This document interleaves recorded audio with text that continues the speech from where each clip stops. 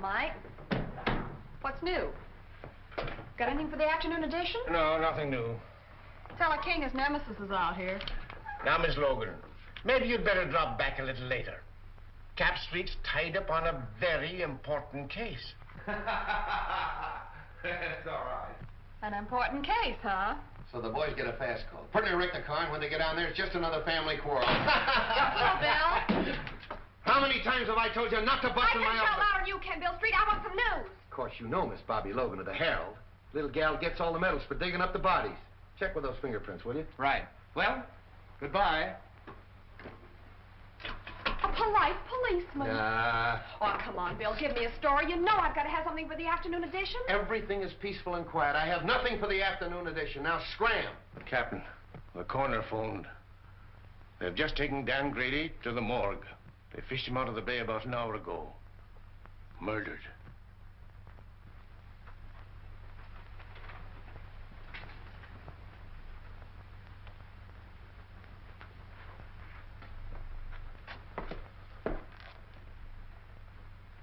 Oh, he's going to take this pretty hard, Mike. Sure. Him and Dan was just like brothers. Yes, I know. What makes you think they tried to hide his body, Doc? Well, in the first place, when word was found, washed ashore down the bay. Lungs were collapsed. That means the body was under water pressure for some time. This was tied around the ankles, and there were deep bruises. Tied a weight on him and threw him overboard. That's right, Bill. After the bullets had done their work. Yeah. Did you get them over to ballistics? Mm-hmm. There's a clothes he had on. Take a look. Seaman's outfit. Andy, check these clothes and see if you can find out where he bought them. Thanks a lot, Doc. I'll check with you later about Dan. Bye, Bill. This hits the whole department with a jolt, Bill. Hit me a little harder than the rest. Dan and I were together as kids. Took our training together. Pounded the same beat. Yes, I know. You say he was on a smuggling detail. Yes. That ought to lead us to something. Nothing unless he was following a hot trail. You know Grady. He always preferred to work lone wolf on a case. Well, it's in my department now, Chief. It's homicide. Yes, and you have command of every resource of the department. I may need it.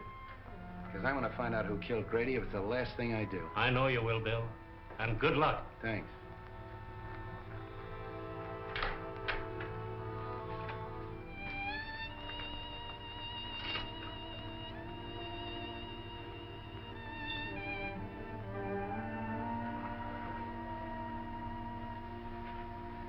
Gee, Bill, I'm sorry.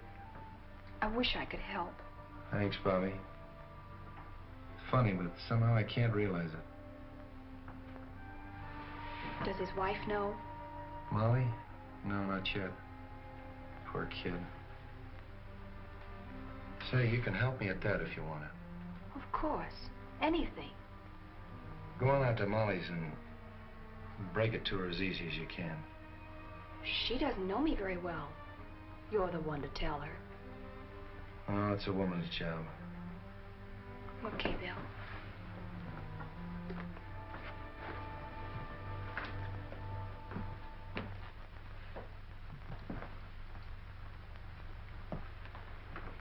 I came just as soon as I heard the news.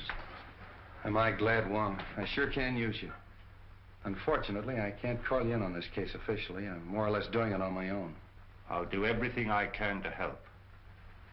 Dan Grady was my friend, too. Thanks. You know what it means to me. Well, not too fast with your thanks. You know, the only reason I've been useful in the past was because in each case the Orient was involved. Well, Dan Grady was assigned to the smuggling detail. And smuggling in San Francisco means the Orient. Let's have a look at his office. Good. Wife and kid.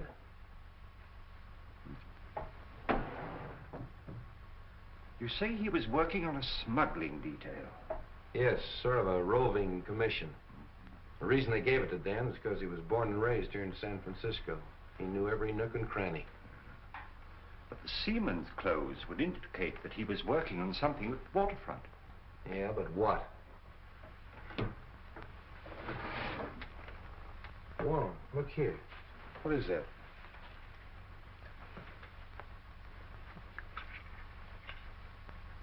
Why, that's a rare piece of emerald jade, as fine a specimen as I've ever seen.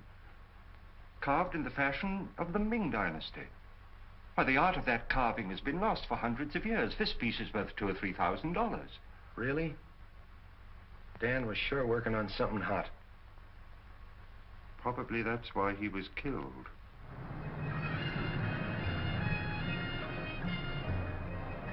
Yes, I have seen many similar in the past 3 months. From the captured provinces.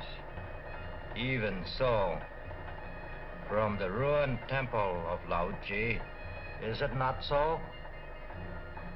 Torn from their settings by alien hands. Even young China would not use such methods to win its wars. Where did you obtain this? It was in the drawer of the desk of the policeman who was killed.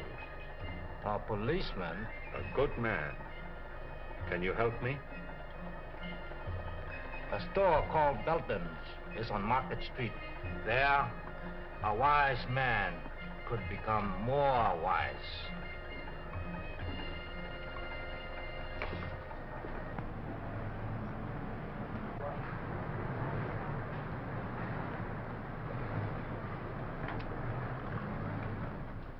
How do you do? I'm Mr. Belden. Something I can do for you? I'd like an appraisal on this piece. Why, certainly.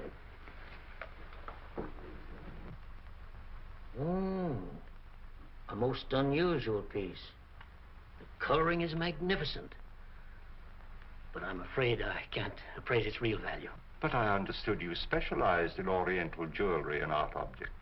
No, only imitations. We haven't a piece of jewelry in the house worth over $50. I'm afraid you've come to the wrong place. So it would seem.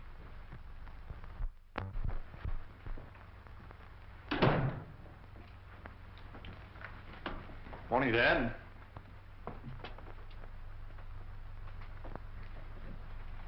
I suggest you try Harrington's over on Kearney. They handle that class of merchandise. Thank you for your time. Not at all. I'm sorry I couldn't help you.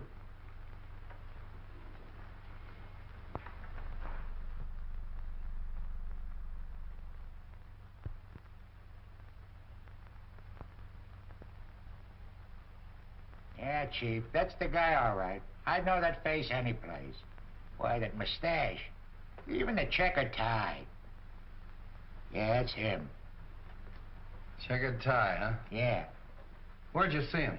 On the bus going uptown. What time was it? 12 o'clock noon. 12 o'clock noon, huh? You don't say. Yeah. At that time, he'd been lying dead for 3 hours in the morgue. Yeah? Yeah. Why, they sworn on a stack of Bibles that was the guy. Sure, I know, Mr. Unifer. We all make mistakes sometimes, but thanks for coming in anyway. Oh, not at all, Inspector, not at all. Say, maybe it was the guy's double. Yeah. You know, they say every guy's got a double. Sure. Even me. Sure. Even you. Yeah, sure. Mike, get Bobby Logan on the phone. Yes, sir. Market 6400. Hello, Bobby. I was just trying to get you on the phone. Oh, are we going someplace? Yeah, you're going someplace. If you ever pull a bright idea like that again. Well, what's the matter with that? Somebody might be able to give you a lead. Somebody might be able to give me a lead. I've had every crank in San Francisco in here this afternoon. Yeah. Logan doesn't answer. Where do you think I ought to look for her? Try my office. Huh? Every one of them has seen Dan Grady in 5 different sections of the city at the same time. Well, but But nothing. Did you see that guy that just went out of here? Yes. He was on the bus today at noon with Dan. Well, that's silly. Of course it's silly. But I've had to talk to those goofs. That's what your idea's done. Wasted my whole afternoon. Yeah, Mike. A gentleman out here says he saw Detective Grady. What? Miss Logan will interview him. Well, did you hear it? Just faintly. Go on, he's your witness.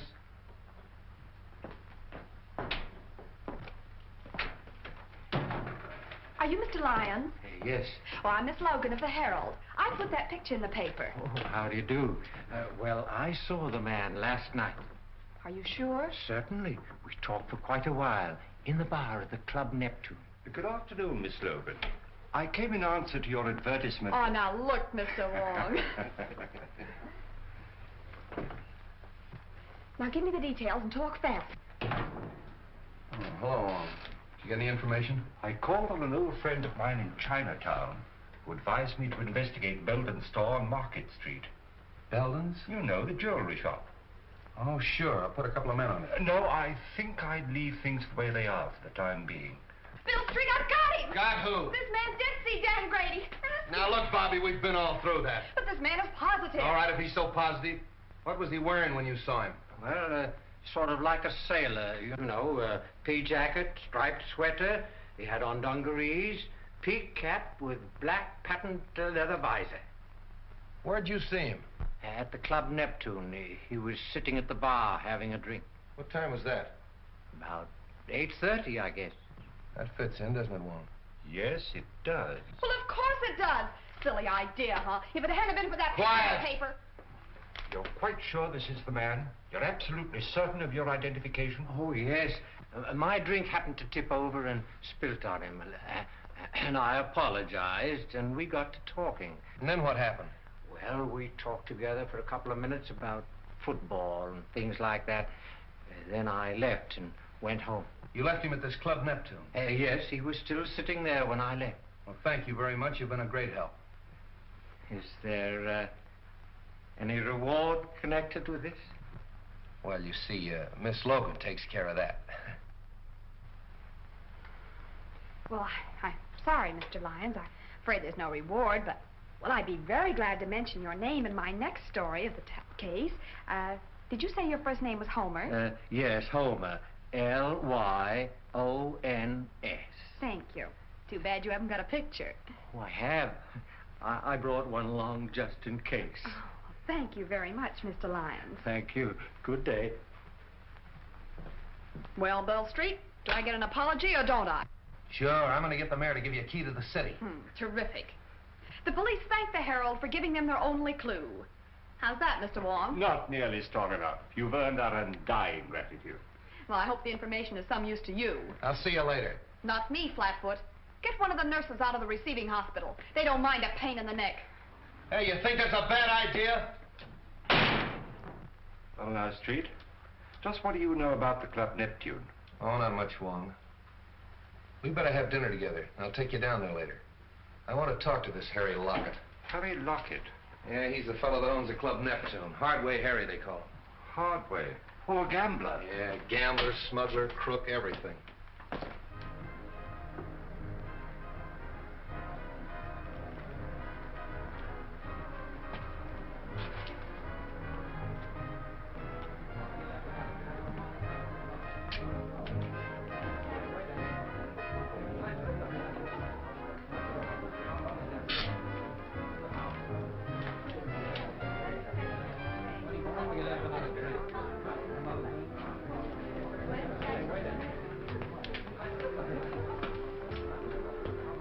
Anything new? No. How are things upstairs? The usual crowd, not much play yet. Has Tanya come in yet tonight? No. I want to see her when she comes in. Okay. Well, then. Get it.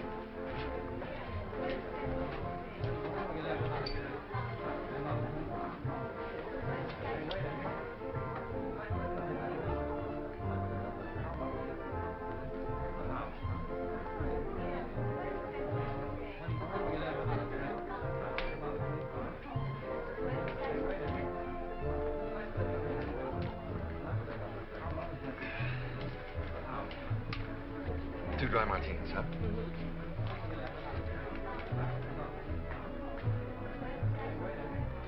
Well, don't you recognize anything? What? I'll bet you don't even know what day this is. Of course I do. It's Friday. That's why you insisted upon coming here for a fish dinner. Oh, no, it isn't.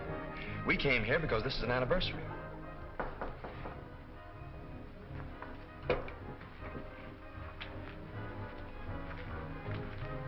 What is it? But she's got young Belden with her. Huh. She's starting that over again, eh? Bring her in here. Okay. Listen, Tanya. I've been lying awake nights planning our future together.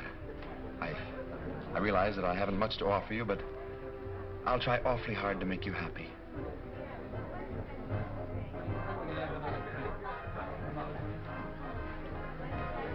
Oh, excuse me, Frank. I think I better go fix my makeup. Surely.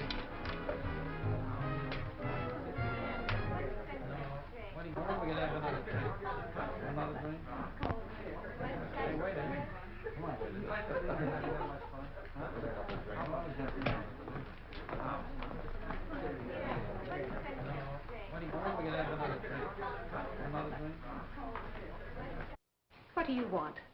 I thought I told you to keep away from young Belden. And I told you that my personal affairs are none of your business. What are you trying to do? Get the old man on our neck? Keep away from that boy or I'll... Or what? I guess if I'm good enough to help handle his smuggled junk, to run the risks that he cashes in on, I'm fit company for his son. Well, what about a certain other gentleman?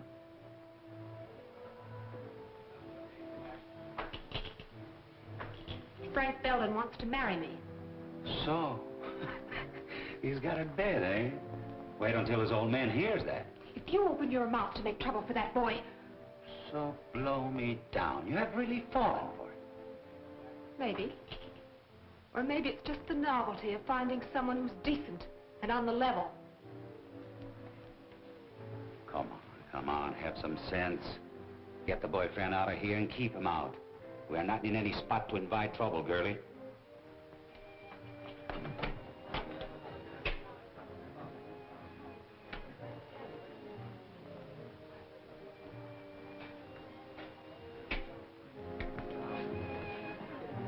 I seem to have developed a headache, Frank.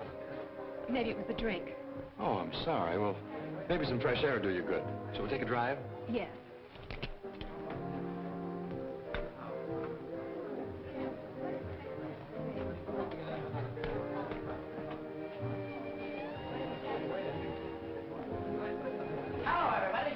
Well, ain't it grand we can all be together? Tommy, give me my usual. You know, the good old double. Well, I know you. You're Logan of the Herald. Don't you remember me? I'm the guy you wrote about in that automobile accident. You know, in those days I was a drinking man. Aren't you gonna have your dinner? What dinner? The one you ordered. I ordered dinner? I'm sure you did. Well, skip it. And You know you can handle your drinks better if you have something to eat. I think you got something there. Don't go away. You know, I always forget to eat when I go out stepping. I'm awfully sorry. Oh, that's all right. He was just feeling hospitable. That's easy to understand. The Club Neptune feels the same way, Miss Logan. Gee whiz, I'm famous. Who wouldn't recognize that pretty face of yours if they read the Herald? I'm Harry Lockett. I'm very glad to meet you. I've heard a lot about you and your Club Neptune. So it seems, judging from today's Herald. Oh, you don't sound pleased. I'm not. I don't like that publicity. You don't? No. How about we'll chat in my office? Why not?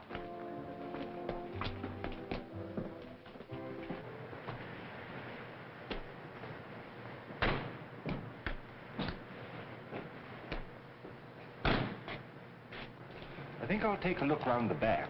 All right, I'll see you inside.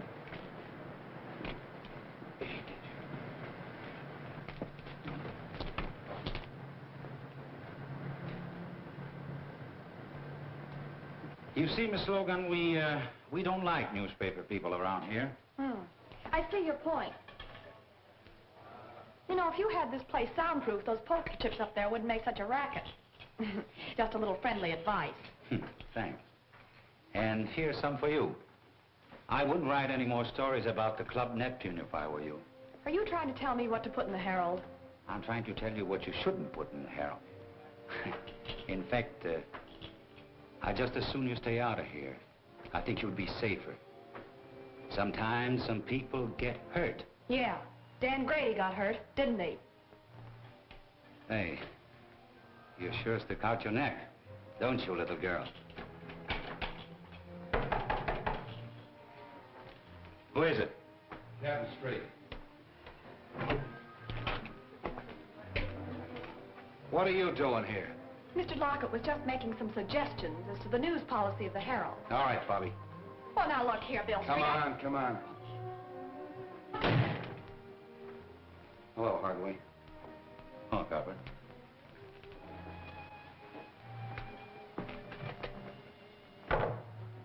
Have a drink? No, thanks.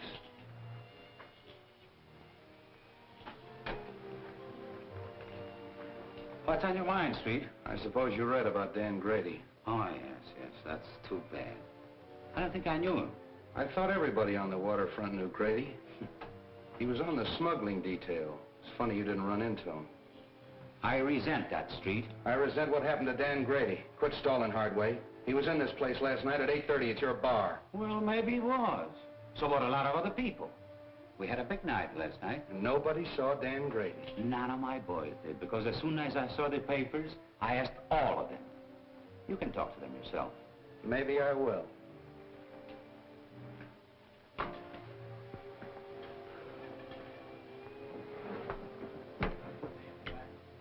Cigarette? Over there.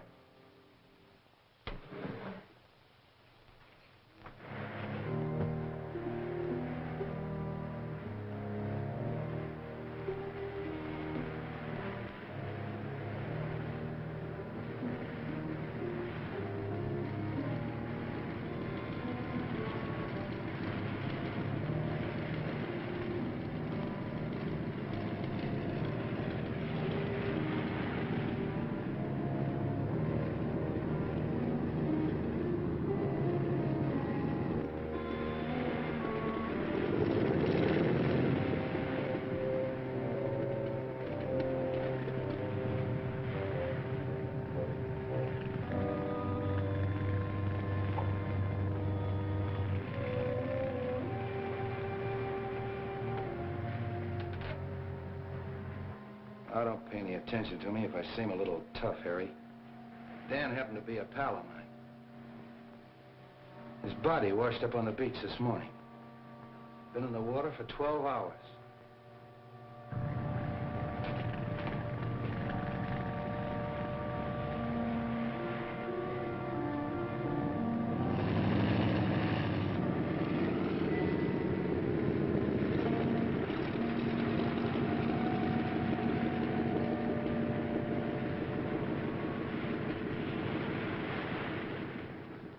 Kind of a tough way to go, isn't it? Well, Street, they say that drowning, it's an easy death. But Grady had 2 slugs in the back of his neck before he ever hit that water. That's not so easy, is it?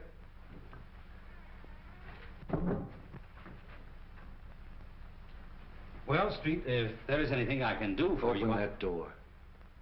Open that door.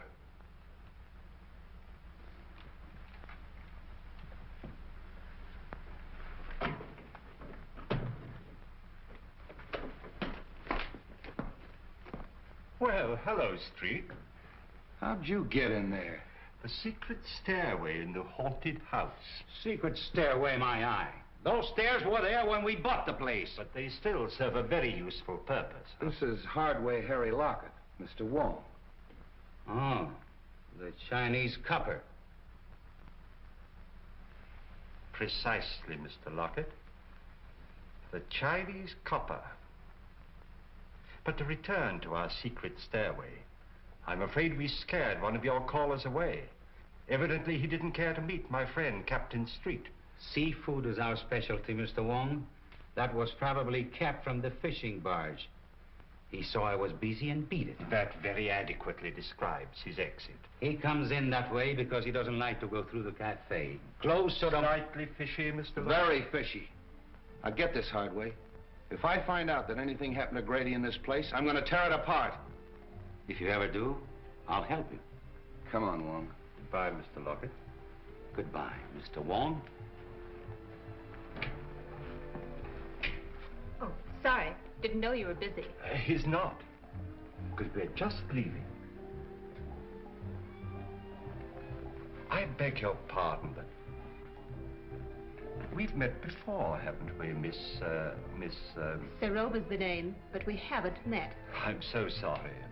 Oh, now I know what prompted my mistake. I saw you sitting outside in a car with young Mr. Belden. What was he doing here? We had dinner here. Do you mind? Excuse the boys, Miss Serova, but it's their business to be curious. This is Mr. Wong, the famous detective. And this is Captain Street of the San Francisco Police. Your head waiter says you found my compact. Yes, it's my desk. I'll get it for you. Drop in any time, boys. It'll be your turn to drop in on us the next time.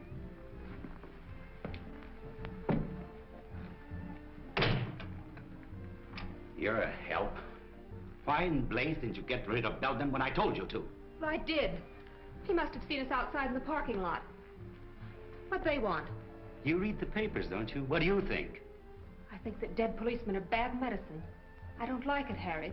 Relax. They haven't got a thing on us. So Grady was here last night. What does that prove? That the party's getting too rough for yours truly. So, don't tell me Miss Serova's getting jittery, huh? Serova's getting out. Murder's something I don't want any part of. I'm through. Oh, no, you're not. When you're through, it will be because I tell you you're through. Are you threatening me? Maybe. Don't do it, Harry. I know too much. Things happen to people who know too much. Yes. They end up in the bay like a certain policeman.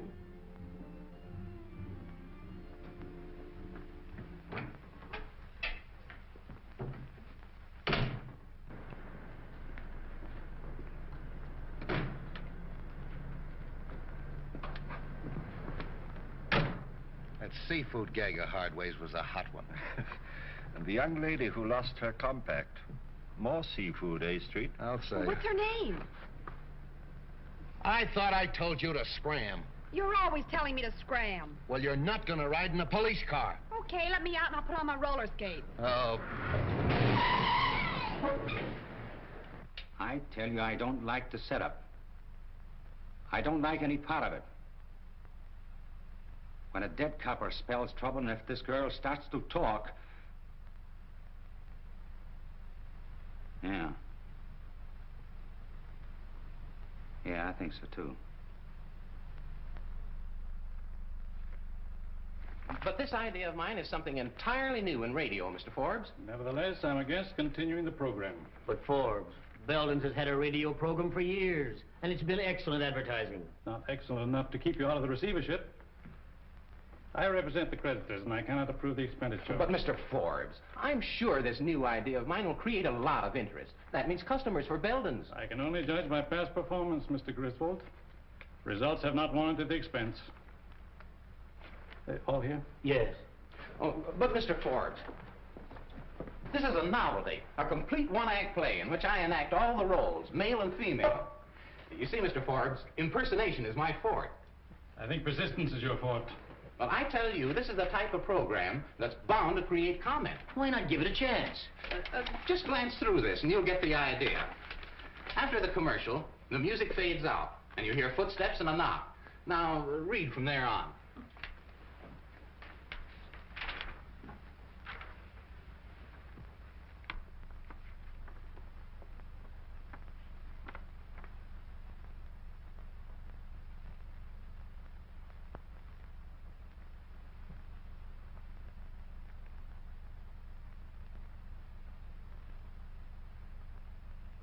Pretty melodramatic, isn't it? But that's the kind of stuff they like nowadays, Mr. Forbes. The highly dramatic programs are the most successful. Suppose we try it for a couple of weeks. It wouldn't cost a fortune, and it might get results. Well, all right, we'll try it. Thanks, Mr. Forbes. I'm sure you won't be sorry. We go on from 10 to 10:15 tonight. I hope you're listening in. We will. Those bills are all right. I'll see you in the morning. Hello, Frank. Hello, Mr. Forbes. How you feeling, Dad? Oh, as well as could be expected, considering the fact that I don't have anything to say about my own business. When are you going to take me in with you? Not for a while yet. But, Dad, I've got to go to work. I've got to make some money. Isn't your allowance enough? No. I'm going to get married. Who to? That Serova woman? Miss Serova, yes. How did you know? I haven't taken my eyes off you completely. You've been out with that adventuress every night for a month. I wouldn't talk like that if I were you, Dad. We're both liable to be sorry for it. Besides, it won't change my decision. Frank, I won't permit you to wreck your life, to throw away your entire future for the sake of that scheming, unscrupulous... That's enough! I'm sorry you feel that way about it, Dad, but there's nothing you can do about it. You'll never marry that woman. Do you understand? Never!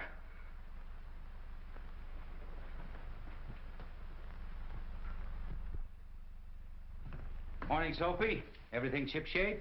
No sign of the police, if that's what you mean. Oh, why, Soapy, that's the farthest thing from my mind. Bring me the checks from last night, eh? Okay.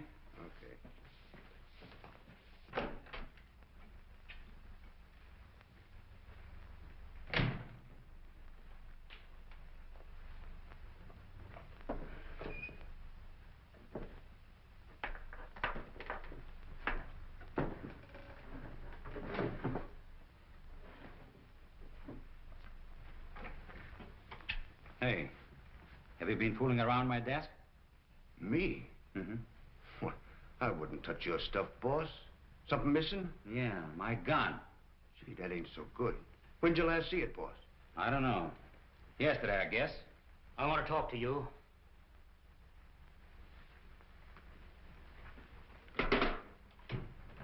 Say, what are you thinking of coming down here after what's happened? I told you I'd get the stuff to you as soon as it was safe or kept to bring it in. That isn't why I'm here. I want to know what that Serova woman is doing running around with my son. Well, I did my best. You know, after all, it's not such a bad idea, sort of a close corporation. Are you mad? My boy has no part in all this. I went into it because it was the only hope I had of saving my business, of meeting my obligations, but not to the extent of wrecking his life, and that's what this marriage would mean. That's your problem. Right now, I have more important things to do than nurse a lovesick pup. If you value your neck, you'll do something about it. I'm warning you, Lockett. Before I see this happen to my son, I'll blast everything wide open. Including yourself? Including myself. Uh-huh. I see you. You like the idea of a few months on Alcatraz? I'll stop at nothing.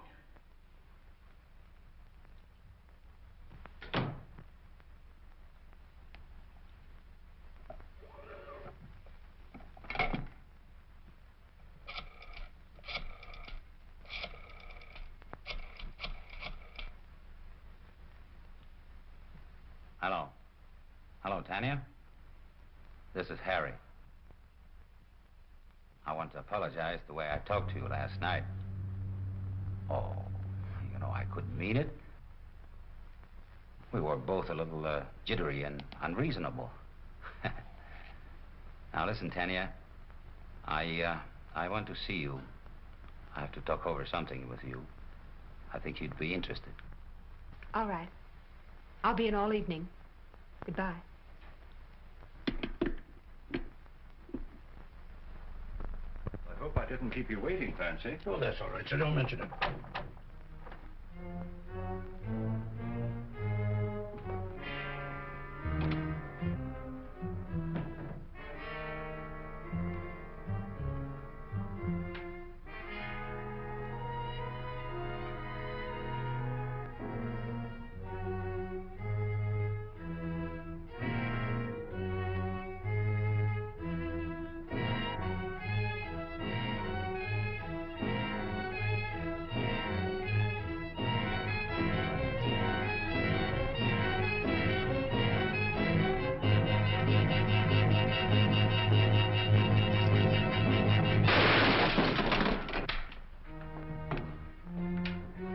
Mr. Wong! Mr. Wong! It's all right, Fancy. He missed me. Oh, I'm glad of that. Who was it, sir? I haven't the least idea, but the shot came from there. Well, we'll find out who that is.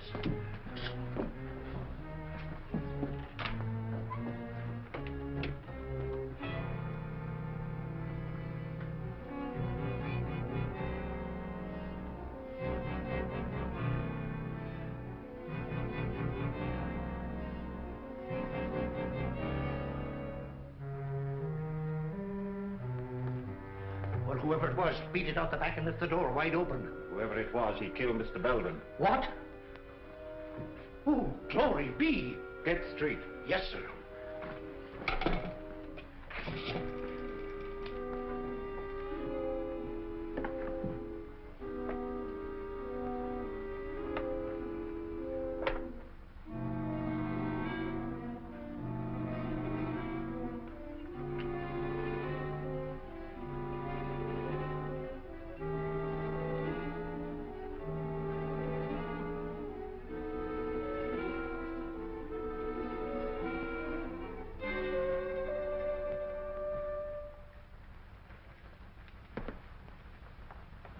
This case has got a million angles. If this jade matches the stuff we found in Grady's office, Belden had a fortune hidden away. And I can't understand why he was in receivership. Well, perhaps he went into this kind of business to get out of receivership. What's that receiver's name? Maybe he can help us. A man named Forbes. You know where he lives? At the town apartments. We'll go up and see him. Clancy, call my office and have young Belden picked up. Tell him to hold him till I get there. And wait for the coroner. Yes, sir.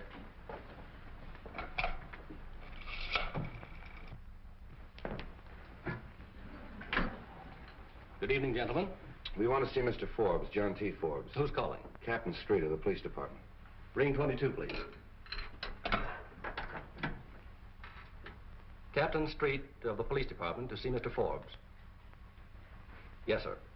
Go right up, Captain Street. That's number 22. Captain Street? What on earth can he want?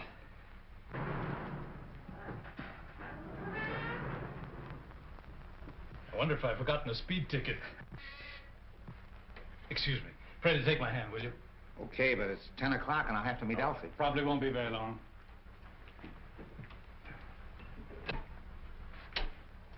Captain Street? That's right, and it's Mr. Wong. How do you do? How do you do? Come in here, gentlemen. Thank you.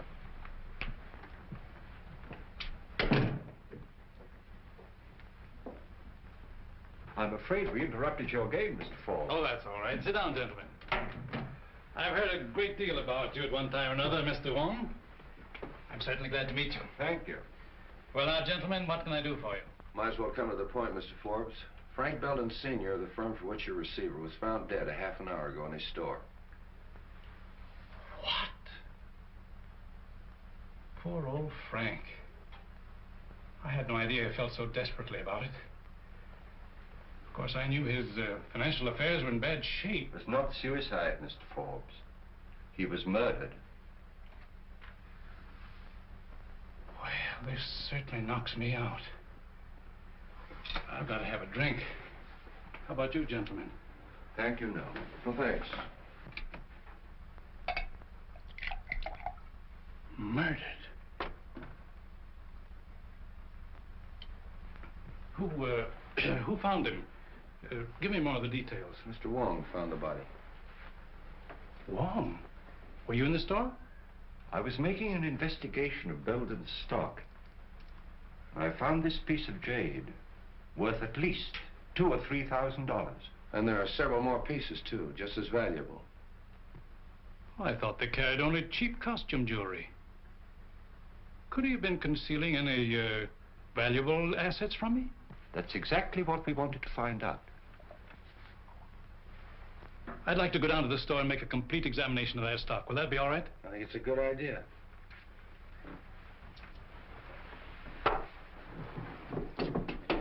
Will you have a cigar, gentlemen? Yes, thanks. No, thank you. One more thing I think you should know. That jade was smuggled. And one of our own men on the smuggling detail was murdered, running it down. And the trail seems to lead to Belden's store. Why, this is the worst thing I've ever heard. Excuse me. Hello? Yeah. It's for you. Thanks. Street speaking. What? I'll go right up. There's been a shooting on the floor above. Can we get out this way? Yes.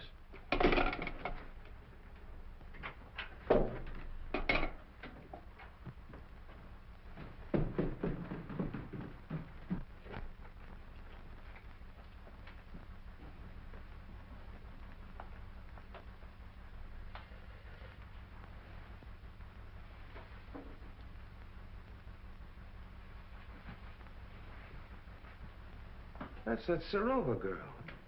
How do you like this? A murder right over my head. Yeah? Oh, you're the clerk. Yes, sir. I telephoned headquarters from downstairs. Thanks. What do you know about this? Nothing, except what the switchboard operator told me. What'd she tell you? Well, I was sitting in the lobby when all of a sudden she started yelling, Miss Serova's being killed. All right. Take it easy. Sit down. What did you hear on the phone? Well, I was sitting there as usual when the buzzer sounded, and it was a call from 32. What time was that? About 14 after 10. That's an odd time to remember, 10:14. Well, I'm not sure, but it was 15 after 10 when I heard the shot. And they were arguing about a minute. Who was arguing? Miss Serova and the man. Well, what were they arguing about? What'd they say? Well, he said, get away from that telephone. That's the last time you're going to pull that sort of stuff on me. And Miss Serova yelled, don't shoot, don't shoot. But he did. It's quite possible, Street. The receiver's off the stand. Yeah. Did you recognize the man's voice? No, but he was awful mad. Anybody come through that lobby that might have come up here? No, sir. Did you pass anybody on the way up? I didn't see anybody. All right, that's all for now. Stick around downstairs. Oh, hello, Doc. Prints, photographs, the works. And I want you to get me that Oh, little Bo Peep, huh? What are you made up for? That's all I need! Just be sure to get everything in this corner, will you, please?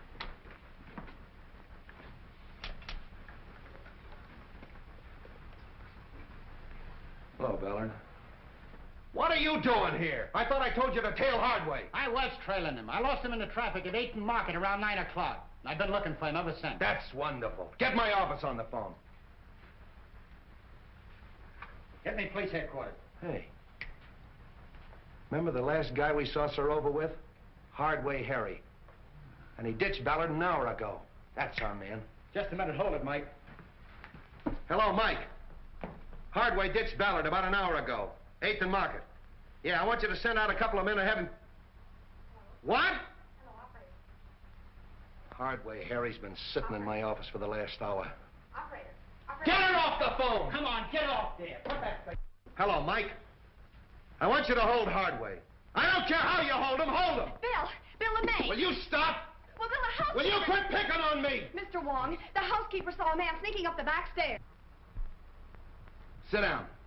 I'm sorry, who are you? I'm the maid on this floor. Well, where were you in this... She was looking in the door. Will you be quiet?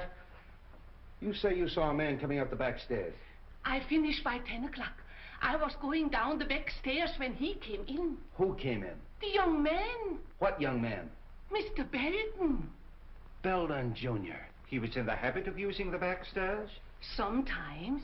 Then he had his own key? Yes, sir. That settles it. Ballard, pick up young Belden. Good idea. That's all for now, thanks.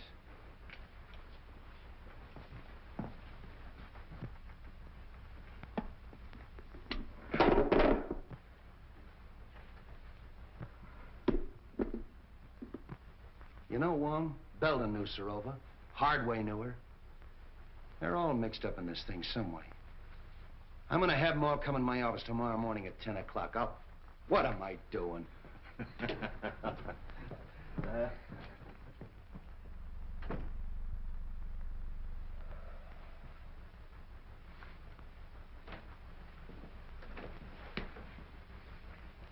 Sit down, Hardway. See who's out there, Jim. Well, how'd you do? Not bad. Have pretty good breakfast, you fellows, you know. Thanks for the cigarettes. Oh, we always take care of our guests. Who's out there? Canucci and Cap Anderson. All right, Jim. Couple of friends of yours. What were you doing here last night? Well, I caught one of your boys following me, and I figured he wanted to make sure where I was. So when he lost me about 9 o'clock, I decided I better check in. So you'd have an alibi because you knew Tanya Serova was going to be killed last night. What? Yeah, murdered last night. Oh, coming in here wasn't such a bad idea, was it? What time did you get here? 9:29 on the dot. Oh, got it figured down to the minute, huh? Yeah, you can check with the sergeant. I know. So? Hello, Wong. Oh, Mr. Wong, the Chinese copper. Look here, Street, you haven't got a thing on me. I knew Sorova, sure. She used to come to my place very often. But so do a lot of other people. Including young Belden. Yes, with Sorova, yes. So what? How well did you know young Belden? Casually. How well did you know his father? Just an acquaintance. When was the last time you saw him? I saw him in my office yesterday. He came to pay his son's bar bill. And you had a little quarrel. And then you followed him down to his jewelry store and shot him. Old man Belden shot? Yeah. That's too bad. Yeah, it is too bad. He got it the same way Grady got it, in the back of the neck. What's your alibi for that? I was being trailed by one of your coppers, by good luck. What? A man named Forbes is out here. He said you sent for him. All right, send him in. Wait outside, Hub.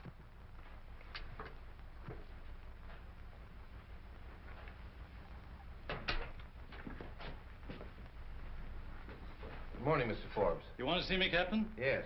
You know Mr. Wong. Oh, yes. How are you, Mr. Wong? Forbes? We were kind of interrupted last night, and I'd kind of like to find out what you know about young Belden. Well, I'm afraid I can't tell you very much. Most of my dealing has been with his father. Well, what sort of a kid is he? Well, he's always struck me as being a rather nice sort of a chap.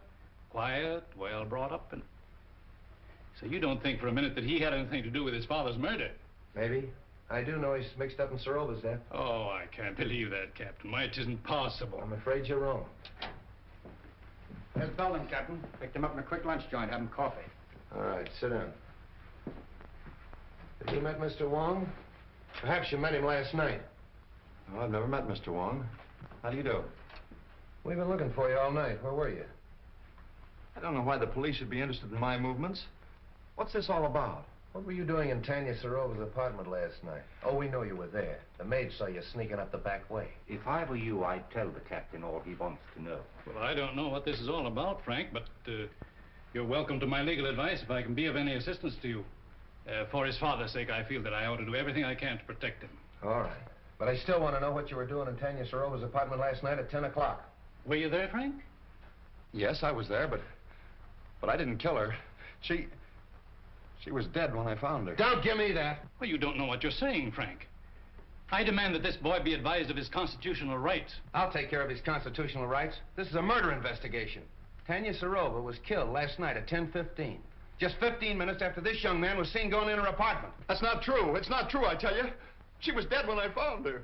Are you sure of the time, Street? Your own switchboard operator heard the argument and the report. They phoned Street in your study, you remember? Yes, that's right. All right, Belden, alibi out of that. Come clean. Why'd you kill her? I didn't, I tell you. I love Tanya. Why would I want to kill her? I'll tell you why. Because you were jealous. You thought she was double-crossing you, and you went up to her apartment and you quarreled, and then you killed her. That's a lie. Every word of it's a lie. So you found your sweetheart murdered, and what did you do? You ran out and hid. Why didn't you call the police? I don't know. I was half crazy. Now, see here, Street, this boy is no condition for questioning. I'll say he isn't, because he doesn't know the answers.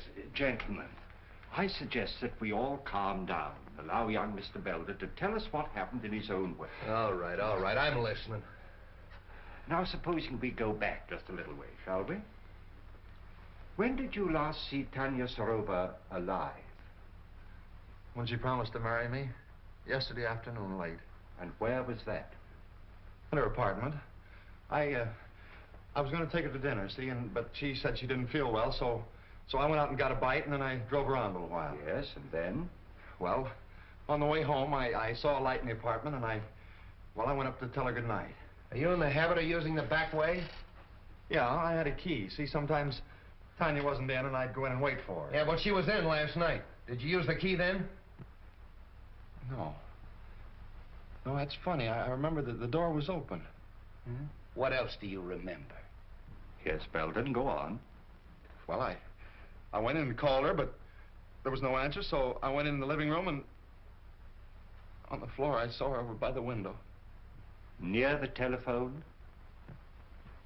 I don't know. I didn't see anything but Tanya. Was there anything else in the room that was unusual, that attracted your attention? Anything at all? Yes, yeah, I remember the radio was on. No, don't kid me. The radio wasn't playing when I got there. If you didn't leave that apartment till before 10:15, where'd you go? I don't know, I drove around. I don't know where I went. I drove all night.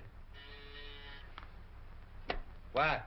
Captain? A fellow out here named Griswold says he's got to see you. Who's Griswold? What does he want? What does he do? What do you want to see him about? Well, I got to talk to him. I'm from radio station LMAB. He's from the radio station, LMAB. I don't know anybody from a radio station. Tell him to wait. He says you got to wait. All right, come clean.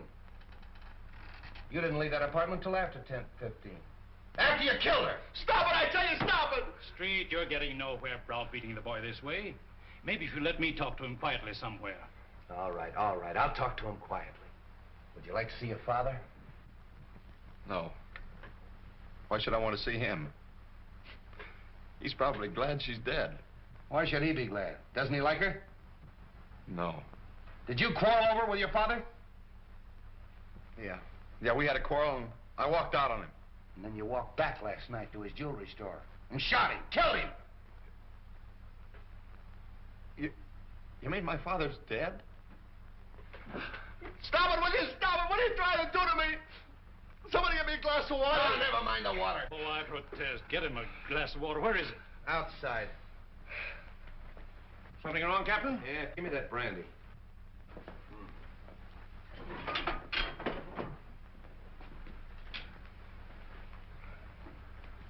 Now go and sit down. What do you want? Come on, what is this? Say, what am I supposed to do? Spend the weekend here? He'll get you. Mr. Hardway. The press. Yes, the press. What do you know today? Pardon me.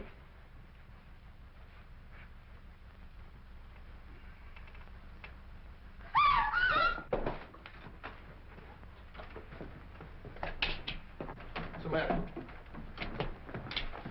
Who is this? It's the fellow from the radio station, Griswold. Where'd this paper file come from? Say, that looks like mine. It's missing from the desk. All right. Who did it? This is a payoff right in my own office. Stay away from that phone.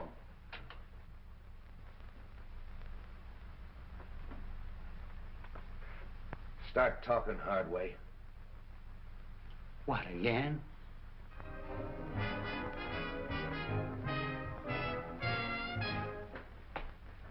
Sorry for the interruption, Mr. Wong, but that was a new program, and I want to check on it. Not at all. It's all most interesting. Yes, but full of headaches. Replacing Griswold is going to be one of them. I can quite imagine. His programs were popular, weren't they? Very. He was a talented young man. Wrote most of the sketches and played all the parts in them. He played female roles as well? Oh, yes. In the sketch you want to see, the one he did last night, he played a very emotional feminine role. Here's the manuscript for it. Thank you. This program went on the air sharply at 10 o'clock? Oh, yes. Radio works on split seconds. Every program is timed exactly.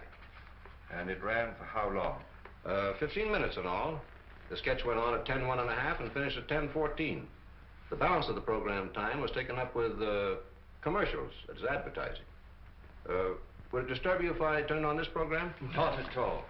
I've just finished. I'd like to take this with me. Oh, that'll be all right. Thank you very much. Goodbye. Goodbye. Presenting for your entertainment the first mystery thriller in their new series of programs.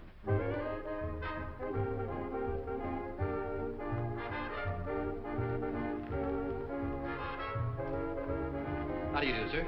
Can I help you? Yes. Is this the new remote control radio? Why, yes, and a very fine instrument, too. I wonder if you'd be kind enough to give me a demonstration. I'd be glad to. Won't you sit down? Thank you. Now, this is the remote control box. Looks like the dial of an automatic telephone. And works very much on the same principle. You see, it's not attached in any way to the demonstration radio.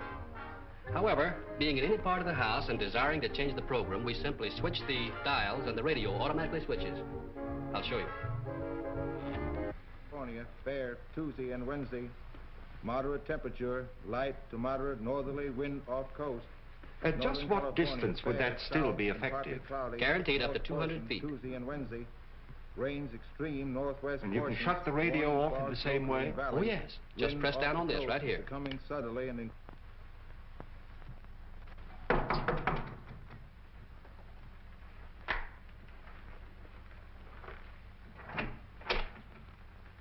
What, again? Yeah. Didn't take long for that lawyer to get you and the boys out, did it, Hardway? Why should it? Say, listen, you can't hang that murder rap on any of us. Somebody killed Griswold, and 3 of you were there when it happened. Yeah, and plenty others. That office of yours was a close second to a railroad station. But what's this visit for? According to ballistics, the same gun killed Serova, Belden, and Grady. Mind if I check yours? You know I don't carry a gun. I haven't had one around here in years. Come on, search the place. You think if I had one, I would keep it here just to show? Looks like you're getting a little careless, Hardway. If that gun matches those bullets, it'll be too bad for you. Get that to ballistics. So you still think I killed Serova while I was in your office, eh? You could have farmed that rod out. Take him away. You're making a mistake, Street. Murder is not my racket. Maybe. We'll wait and see what that ballistic report says.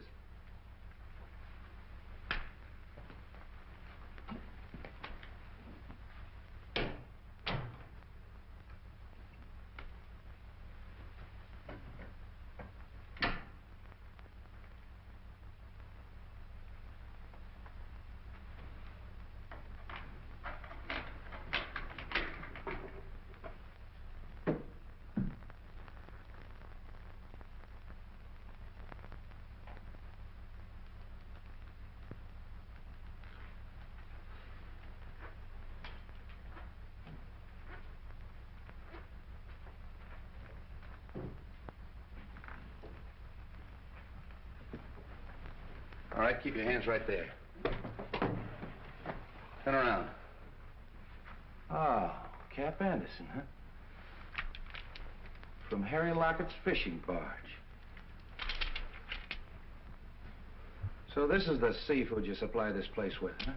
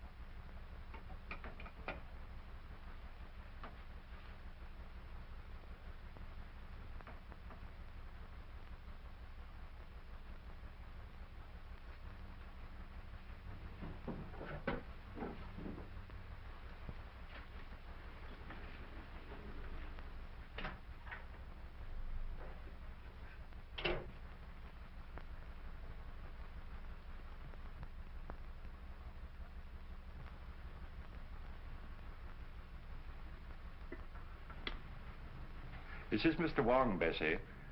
I'll be experimenting with the phone for a little while, so pay no attention if it rings.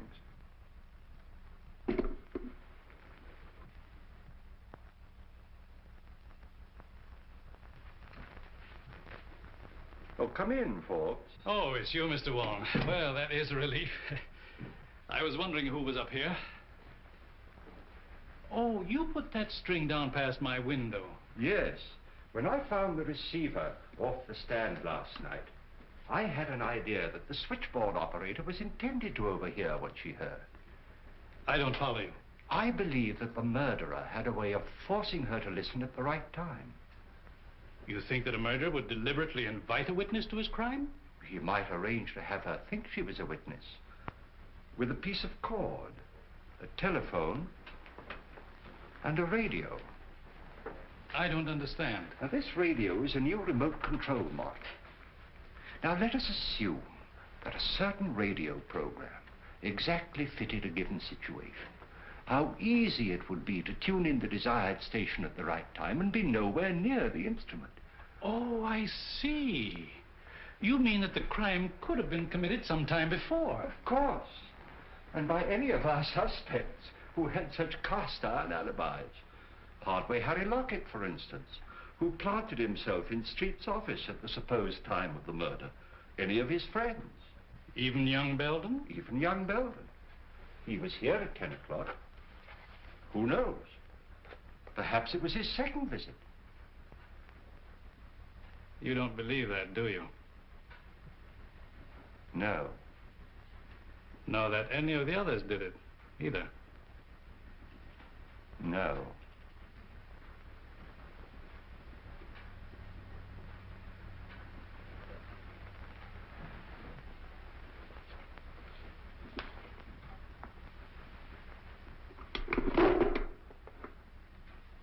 Is that what you were looking for, Mr. Wong? Yes. And you pulled the cord. When I went to get the drink. And when you reached for the cigars? I turned off the radio by remote control. Thank you, Mr. Forbes. Keep away from that telephone. Get over there.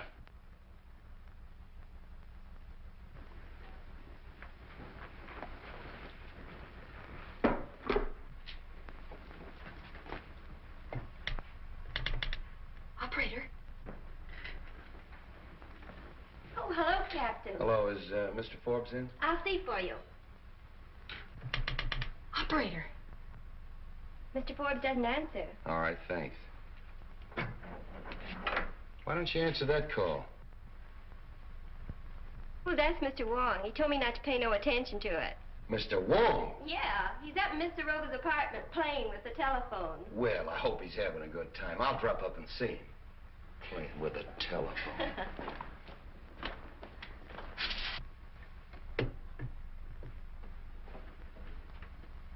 I killed Grady because he was in the way, and Belden because he was getting ready to talk. Griswold when he recognized his own program, and Tanya Sarova because she knew too much. No, because she was leaving me for a younger man.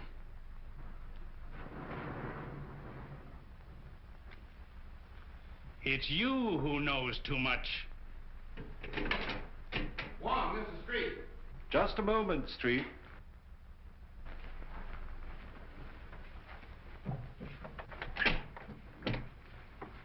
What are you doing up here? Get him up. Over there with him.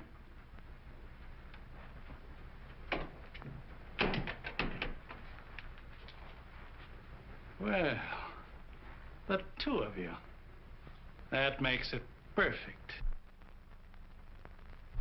I suppose you'd like to have us turn around so you could give it to us in the back like you gave it to Grady. Drop that gun.